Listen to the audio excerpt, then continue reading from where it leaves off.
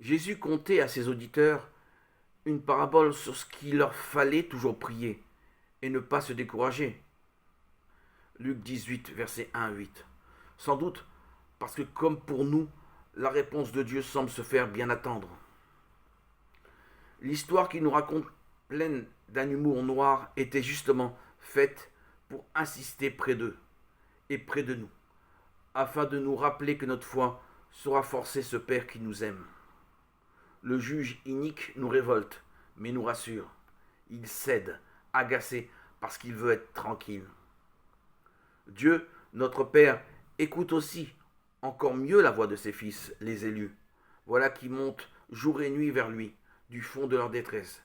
Et Dieu ne ferait pas justice à ces élus qui crient vers lui jour et nuit, alors qu'il se montre patient à leur sujet. Je vous dis qu'il leur fera justice promptement. Mais le Fils de l'homme, quand il viendra, trouvera-t-il la foi sur la terre? Luc 18, verset 8.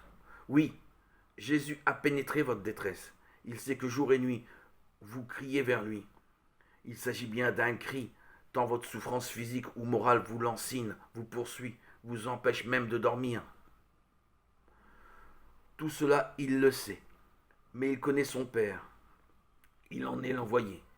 Il sait combien sa tendresse a pris en compte l'homme qu'il rencontre en lui.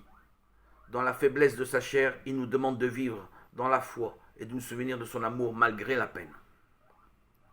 Jésus insiste sur la foi, car pour toujours prier, il faut croire que Dieu est un Père et qu'il se souvient de nous comme de ses propres enfants.